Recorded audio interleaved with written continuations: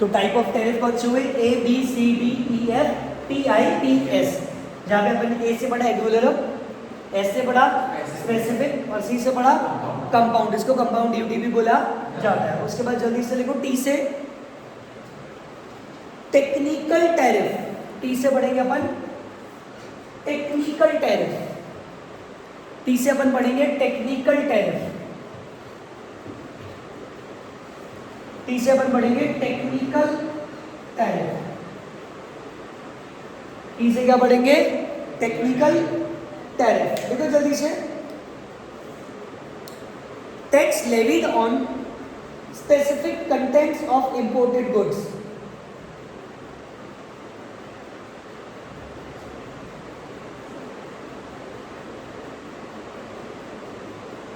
अब क्या होता है, कभी कभार हमें ना कुछ स्पेसिफिक चीज़ें लेकर आते हैं विदेश से, तो वो जो टेक्निकल कंपोनेंट्स होते हैं ना, तो उनकी पर यूनिट के ऊपर लग रहा है या उसके हिसाब से लग रहा है, उसको क्या बोल दिया जाता है? टेक्निकल। जैसे मैं बताता हूँ, सोलर प्लेट्स अगर आप बाहर से लाओगे तो उसके ऊपर क्या लगता है? टैक्स लगेगा इंपोर्ट। तो आप मुझे बताओ, पूरे सोलर प्लांट पे लगेगा, पर यूनिट पे भी लगता जाएगा? वो एक एक प्लेट होती है ना, उसके ऊपर लिखता है। देखो for example 3000 on each solar panel plus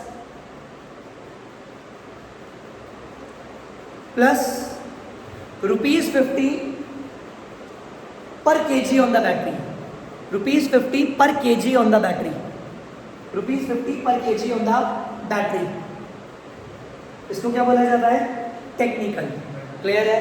क्या बोलते हैं इसको? हाँ बच्चे, इसमें और स्पेसिफिक में क्या फर्क है? हाँ, स्पेसिफिक पूरे गुड्स पे लग रहा है, एक पार्ट पे लग रहा है, टेक्निकल पार्ट्स पे, जो टेक्नोलॉजी रिलेटेड पार्ट्स हो जाते हैं उनके ऊपर लग रहा है। ठीक है, वो पूरे के पूरे बने हुए गुड्स पे, फिनिश गुड्स पे लग रहा है। ये छोटे छोटे पार्ट, जैसे बैटरी का पार्ट हो गया। अब जैसे मैं साइकिल की बात कर रहा हूँ तो वो स्पेसिफिक में आता है, साइकिल की चेन हो गई, घंटी हो गई, वो वाली चीज़ें कौन सी हो जाएगी? स्पेसिफिक। हाँ, इन सबको बन के स्पेसिफिक बन जाती है। अगर सबको मिला के एक ही गुड्स बना के बाहर से आ रहे हैं, वो है सोलर प्लांट। मैंने तभी कहा था पूरा तो स्पेसिफिक में आता है, लेकिन उसकी प्लेटें आती हैं, और प्लेटें में भी अलग अलग होता है कि आप कितने किलोवाट्स में लाना चाहते हो, तो वो कौन सा हो जाता है? टेक्निकल। क्लियर है? उसके बाद अगला लिखो टी से tariff rates quotas, tariff rate quotas. दो हो गए टी से, एक तो कौन से गया? टेक्निकल, दूसरा लिखो टैरिफ रेट।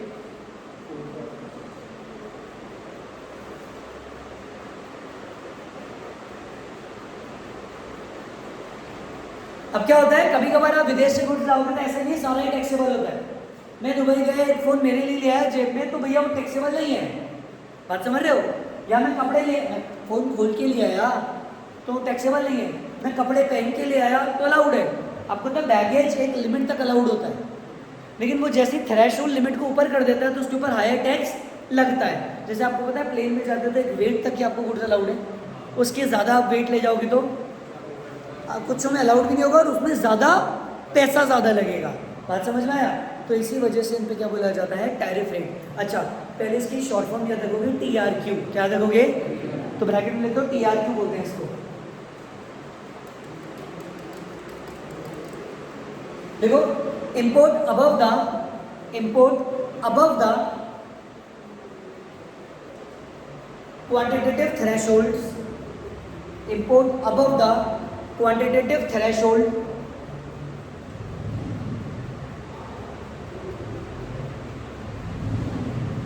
चलेगा आपने? Import above the quantitative threshold face a much higher tariff, face a much higher tariff, face a much higher tariff. बताओ टोटल कितने हो गए? 5 के 5 याद हुए? पहला, दूसरा, तीसरा, चौथा, पांचवा। उसके बाद देखो मोस्ट फेवर्ड नेशन टैरिफ, इसको एफ से लिखेंगे, फेवर्ड नेशन। एफ से कौन सा हो गया? Favoured nation tariff, favoured nation tariff. क्या होता है मैं आपको बताता हूँ। WTO पता है आपको? World trade organisation. उसके जो मेंबर्स होते हैं ना, उसके जो, उनको बोलते हैं मेंबर कंट्री। क्या बोलते हैं? तो मेंबर कंट्री क्या करती है? एक दूसरे को प्रॉमिस करती है कि हम दोनों एक दूसरे से गुड्स भेजेंगे और टैक्सेस कैसे लेंगे, कम लेंगे। बात समझ में आया? जब दो देश एक दूसरे को हेल्प करने को रेडी हो जाता है तो चार्ज कैसे लेते हैं, कम लेते हैं। बात समझ में आया?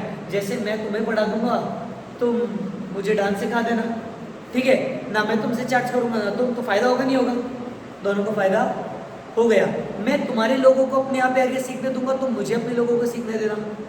This is most favoured nation tariff. लिखो जल्दी से।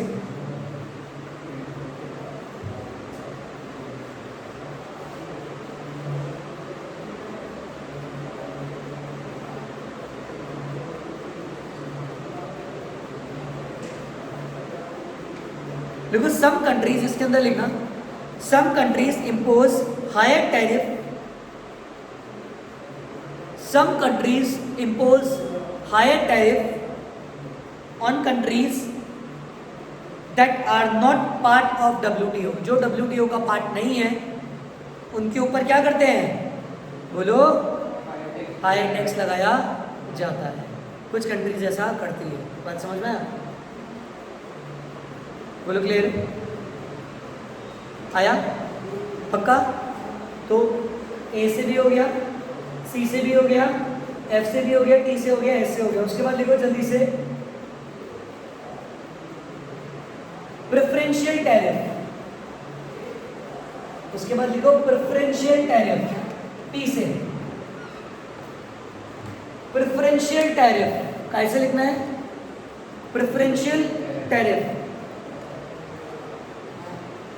लिखो। इसके अंदर nearly, at least one, nearly all countries are of part of, nearly all countries are part of at least one preferential nature।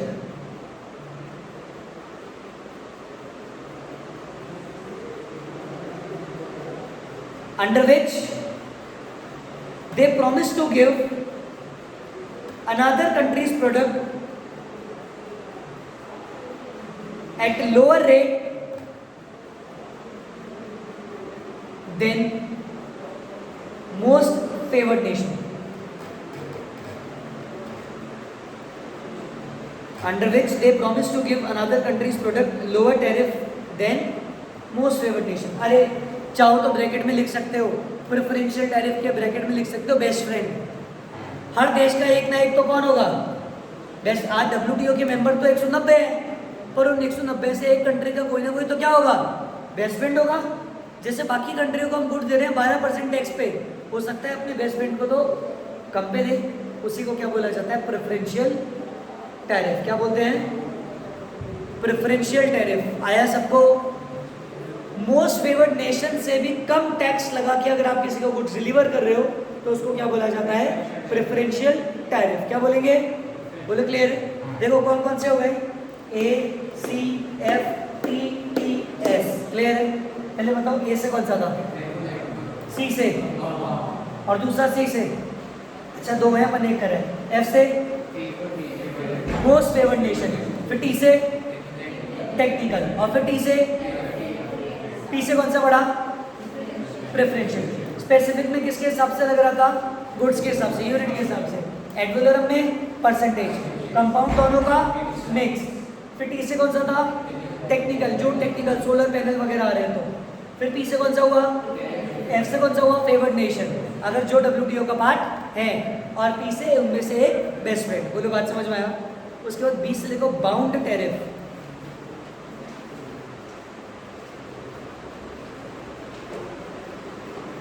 Bound tariff, अब ये कैसे हो गया, बी से। कहां से हुआ, बी।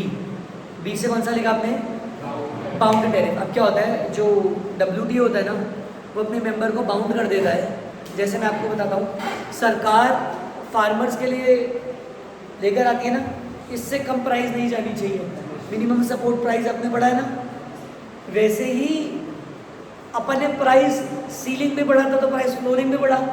प्राइस सीलिंग क्या थी, इससे ज़्यादा नहीं जा सकती।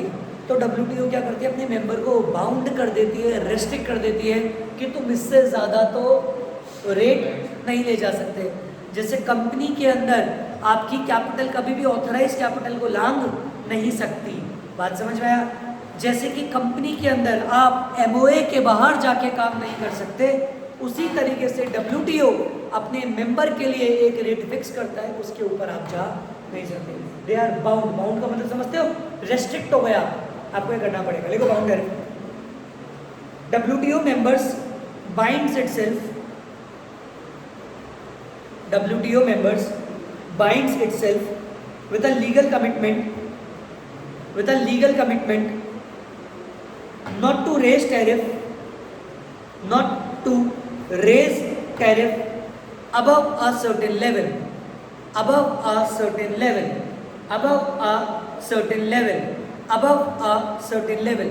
मतलब हमारी रेट किसके ऊपर दी जाएगी? बोलो, क्लियर है? अच्छा, आपने प्रेफरेंशियल टैरिफ लिखा था। प्रेफरेंशियल टैरिफ में एक ऑलरेडी एग्रीमेंट हो रखा है, मैं वो आपको लिखवाता हूँ। तो प्रेफरेंशियल टैरिफ में जाके लिख के आओ, नाफ्ता, NAFTA। क्या लिखा आपने? नाश्ता नहीं, naphtha, NAFTA, that is north American free trade agreement. Full form लिखो, आ सकती है, north American free trade agreement.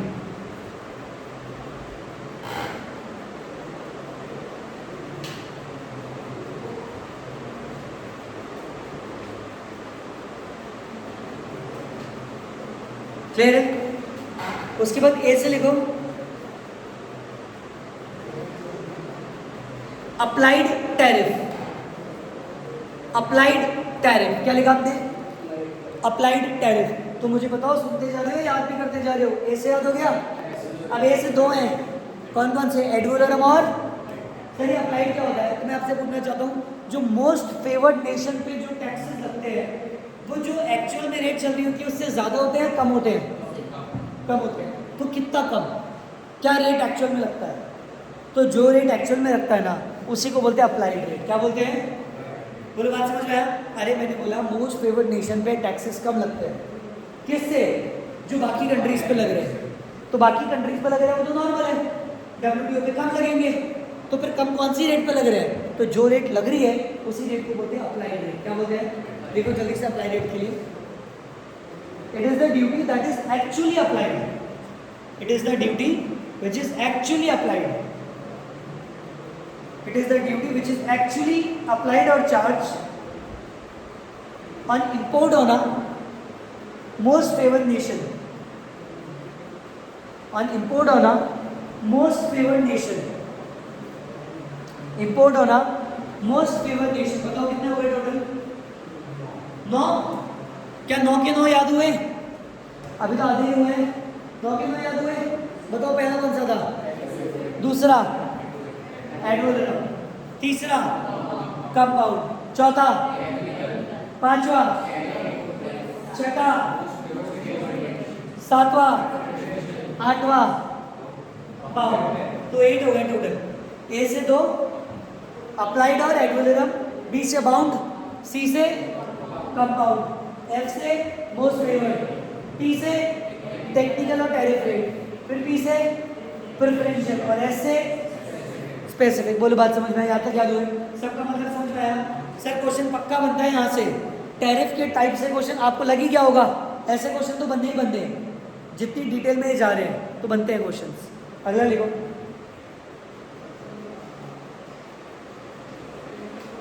देखो एस्केलेटेड टैरिफ। एस्केलेटेड टैरिफ,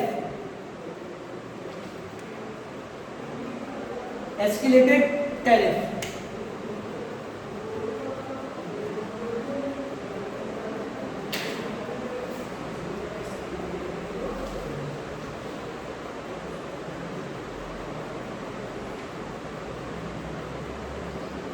देखो, it refers to a system, escalated tariff में देखो, it refers to a system where the nominal tariff rate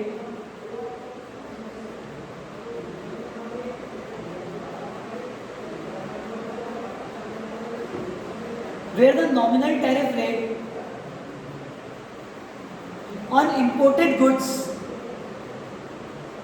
are higher than, capital में लिखना higher than, are higher than the nominal tariff rate on intermediate inputs and raw material. सुनो मेरी बात, मैं आपको एक चीज समझाता हूँ, सुनो ना सबके सब देखो।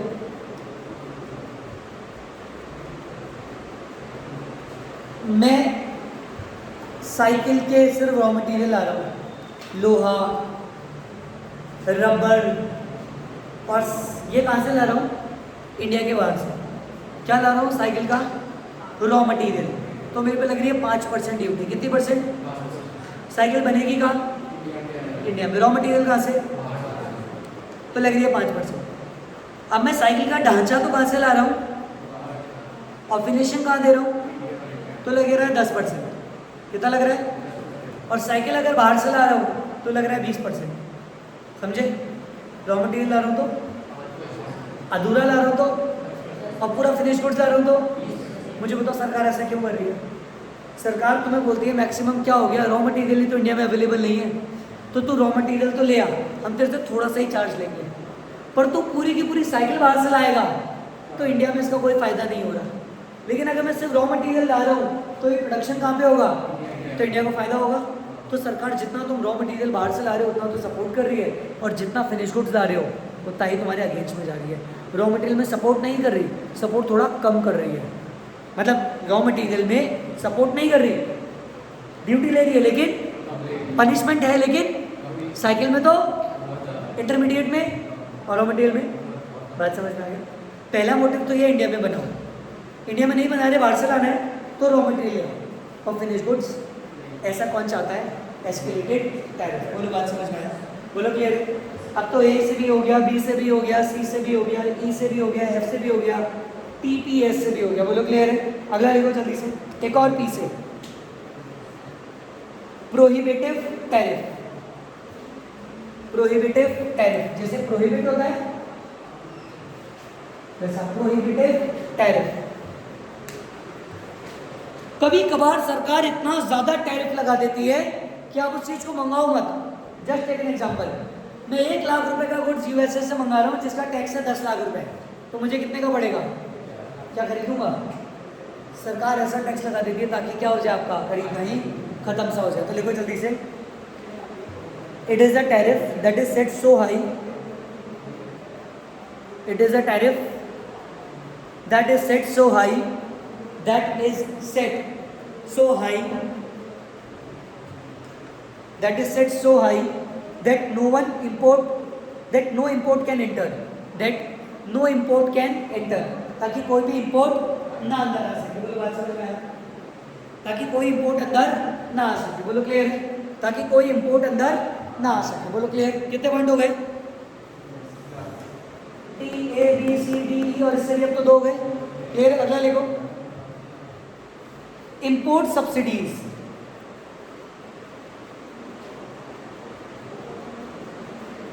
आई से है ना, आई पे आ गया, तो आई से कौन सा हो गया?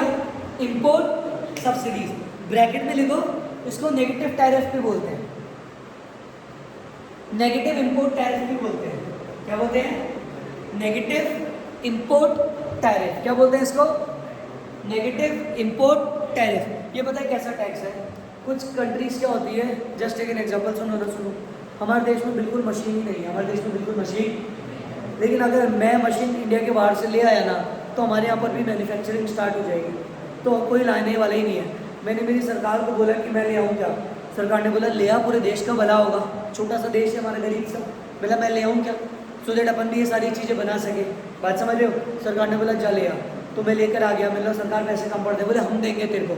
तो टैक्स तो छोड़ो, सरकार मुझे उल्टा सब्सिडीज दे रही है। किस काम पे? बाहर से कुछ खरीदने पे। वो बाहर से कुछ खरीदने क्यों दे रही है? ताकि देश का भला हो। जस्ट एक एग्जांपल, एक मूवी है कि पैडमैन, अक्षय कुमार की। तो मान लो सैनिटरी पैड वगैरह बना रहा था, तो एक ऐसी कंट्री है जिसने सैनिटरी पैड बनाया और वो 1 रुपये में बन रहा है, तो हर कंट्रीज को लाना चाहती है। तो हमारी सरकार भी क्या कर रही है? ऐसी मशीन को इंस्टॉल करने के लिए हमारे को सब्सिडीज दे रही है कि आप ऐसी मशीन को इंस्टॉल करो, हम आपको पैसा देंगे।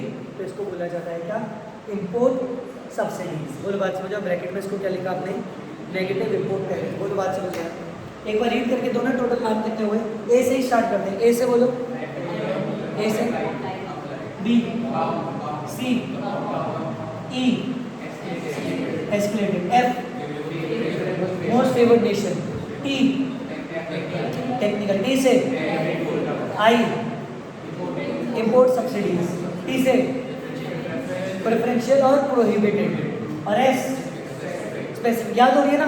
बताओ, इससे आपको आसान याद हो गई? नहीं तो कुछ ना कुछ भूल ही जाते हैं। अभी खत्म नहीं हुई और है, अगला लिखो।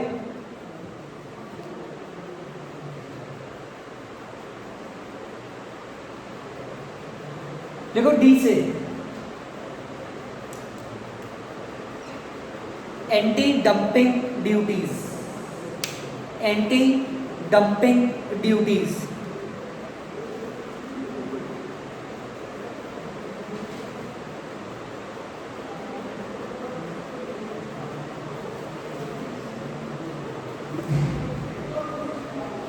एंटी डंपिंग ड्यूटी, क्या बोला मैंने? Anti dumping duties. सुना क्या होती है एंटी डंपिंग ड्यूटीज? क्या होता है? मैं यूएसए रहता हूँ और मैं मार्कर बनाता हूँ। ये मार्कर कितने का बना? 25 रुपए का। कितने का बना? सरकार इस पर टैक्स लगा भी देगी तो ये कितने का पहुंचेगा? 30।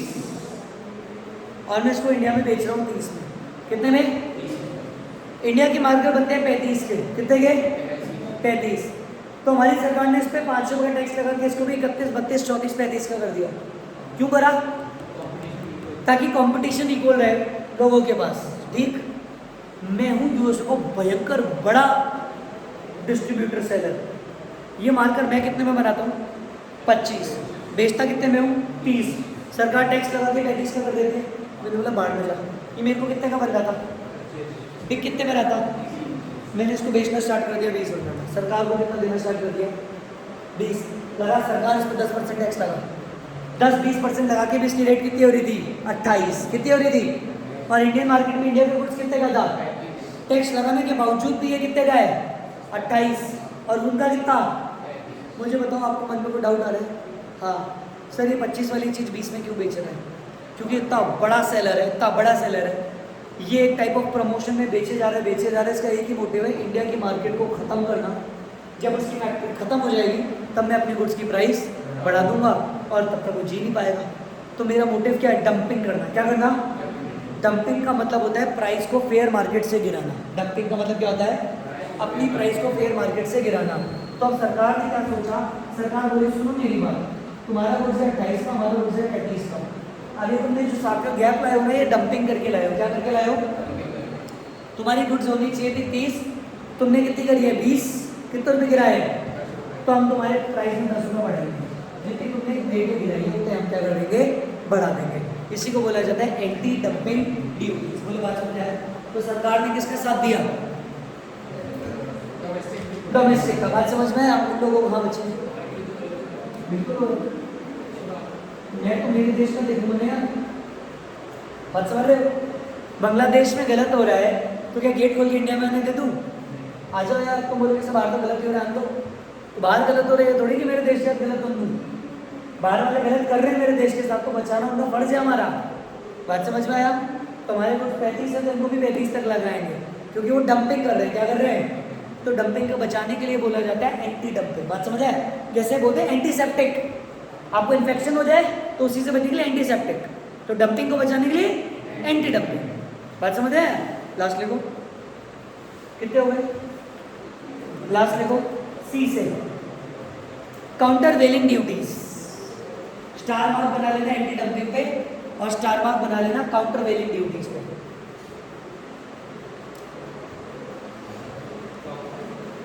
काउंटर वेलिंग ड्यूटीज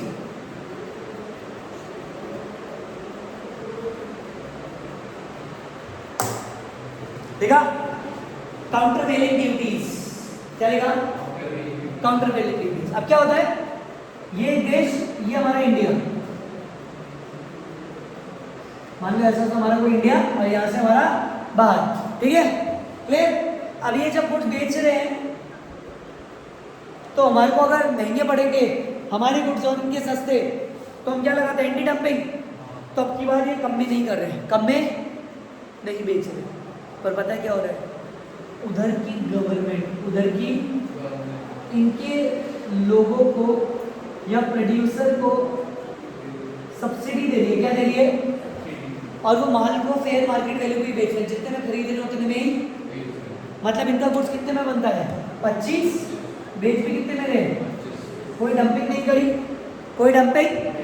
बोला हम तो जितने में ला रहे हो उतने ही बेच रहे, कोई डंपिंग। तो हमें लगा सरकार, इंडियन सरकार को एक बार दो बार चलो बंद कर देगा, लॉस में कौन ही जाएगा। फिर पता पड़ा इनकी कमाई तो इनको कहाँ से मिल रही है?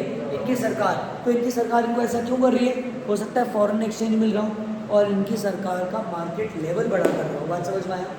तो जब ये गवर्नमेंट अपने लोगों को सब्सिडीज देगी तो हमारी सरकार बोलती है जितने की तुम उनको सब्सिडी दोगे तो उतने कम टैक्स बढ़ा देंगे।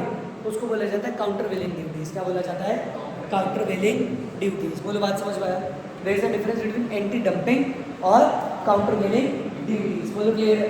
सर अच्छों को नहीं पता होती countervailing duties, anti dumping duties. अगर आज आपको डेट में पता है ना तो आप ये मान के चलो बहुत सारे लोगों के सामने ये बात रख सकते हो कि ड्यूटी कोई कस्टम ड्यूटी इकलौती नहीं होती। जब गुड्स इंडिया के बाहर से आ रहा है तुम तो बस बोलते थे custom duty, excise duty, custom duty, ये ड्यूटी। भैया तरह तरह की ड्यूटीज़ होती है। अब आप देख लो कौन सी ड्यूटी में आप फॉल कर रहे हो। बात समझ में आया? हम तो इकट्ठा करके कस्टम ड्यूटी बोलते थे। हाँ बच्चे, क्या किसको? आप बात समझो, इंडियन गवर्नमेंट को प्रॉब्लम क्या है? हमारे पास से फॉरेन एक्सचेंज आएगा। अगर विदेशी लोग इंडिया में आके कुछ बेचेंगे ना 25-25 रुपए में, तो हर कोई उनसे खरीदेगा। उनसे खरीदेगा तो इंडिया का पैसा सारा फॉरेन एक्सचेंज के रूप में कहाँ जा रहा है? बाहर जा रहा है। आज जो डॉलर 80-90 रुपए है वो धीरे धीरे देखते देखते 150 पहुँच जाएगा। 150 पहुँच जाएगा तो आपका देश धीरे धीरे पाकिस्तान बन जाएगा, क्योंकि आपके देश में कोई मैन्युफैक्चरिंग, तो सारा कहाँ से खरीदा जा रहा है? इंडिया के।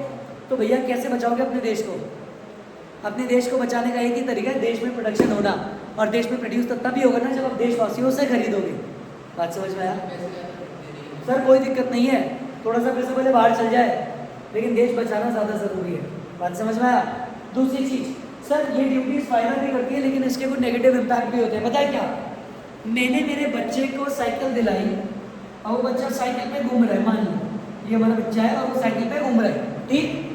अब वो गिर ना जाए इसी वजह से मैंने साइकिल पे यहाँ पे टायर और इधर भी क्या लगा दिया? एक्स्ट्रा टायर लगा दिए। कभी कभार अपने देखे ना व्हील लगा दिए जाते हैं, तो मैं ये पूछना चाहता हूँ एक्स्ट्रा व्हील क्यों लगाते हैं एक माता पिता अपने बच्चे के? सेफ्टी के लिए, ताकि बच्चा, पर मैंने जीवन भर वो सेफ्टी नहीं हटाई। अब क्या होगा? बच्चा साइकिल चलाना नहीं सीखेगा। तो जीवन भर अगर मैं तुम्हारे को इंडिया वालों ड्यूटी का सपोर्ट देता रहूँगा तो तुम फॉरेन कॉम्पिटिशन से कभी लड़ नहीं पाओगे और जेब में रह जाओगे इतने से, कभी ओलंपिक करवा ही नहीं पाओगे अगर इंडिया में ही खेलते रह जाओगे तो। बात समझ में आया? तो ये सारी होती हैं type of duties. I hope आपको समझ में आया होगा। रीड कर लो एक बार जल्दी से, आप लोगों से पूछते हैं।